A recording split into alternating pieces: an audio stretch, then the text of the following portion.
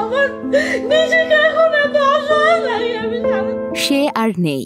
Bangkok সময় রাত ৩:০৩ আমাকে সারা জীবনের মতো একা করে চলে গেছে। স্বামীকে হারিয়ে এবার এমনই একটি স্ট্যাটাসের মাধ্যমে সবাইকে জানান দিলেন রুবায়েত ফাতেমা তনি। হ্যাঁ ভিউয়ার্স, এবার সারা জীবনের মতো তনিকে একা করে তার স্বামী পরপারে পাড়ি জমালো। দীর্ঘদিন ধরে ব্যাংককের আইসিইউতে তিনি ভর্তি ছিলেন। অবশেষে আজ ব্যাংকক সময় রাত ৩:০৩ সাদাত হোসাইন ওপারে পাড়ি জমান। স্বামীকে হারিয়ে তনি একদম কান্নায় ভেঙে পড়লেন। রুবায়েত ফাতেমা তনি একজন সফল উদ্যোক্তা ও প্রভাবশালী ব্যক্তিত্ব। ব্যবসার পাশাপাশি তিনি সামাজিক যোগাযোগ মাধ্যমেও বেশ জনপ্রিয়। তার ব্যক্তিগত জীবন নিয়েও প্রায় তিনি আলোচনায় থাকেন, বিশেষ করে তার স্বামী সাদাত হোসাইন, যিনি একজন সফল ব্যবসায়ী। তাদের বয়সের ব্যবধান নিয়ে অনেকেই মন্তব্য করেন। তারপরও তাদের দুজনের অসম বয়সের ব্যবধানের কারণে সামাজিক মাধ্যমে নেটিজেনদের সমালোচিত হন তনি। তার স্বামী সাদাত হোসাইন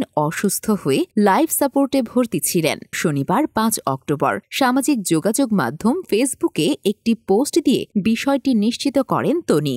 এরপর দীর্ঘ ৩.৫ মাস পর পৃথিবী ছেড়ে চলে গেলেন সাদাত হোসাইন। পৃথিবীর মায়া একদিন না একদিন সবাইকেই ত্যাগ করতে হয়। এই সত্যটা যে যত সহজে মেনে নেবে তার জন্য ততই ভালো। স্বামীকে হারিয়ে রুবায়েত ফাতেমা তনি তার ভেরিফাইড ফেসবুক পেজে একটি পোস্টে লিখেন, সে আর নেই। ব্যাংকক সময় রাত ৩:০৩ আমাকে সারা জীবনের মতো একা করে চলে গেছে। স্বামীকে হারিয়ে তিনি একদম কান্নায় ভেঙে পড়েন। তনি একবার বিবাহিত ছিলেন এবং পারিবারিক কারণে বিচ্ছেদ হয়ে যায়। পরে তিনি সাদাতকে ভালোবেসে বিয়ে করেন। প্রথমে পরিবার এই বিষয়ে রাজি না হলেও পরে তারা মেনে নেন। তনি প্রায়ই তার ব্যক্তিগত জীবন ও কর্মের বিষয়ে সোশ্যাল মিডিয়ায় ভক্তদের সঙ্গে শেয়ার করে থাকেন।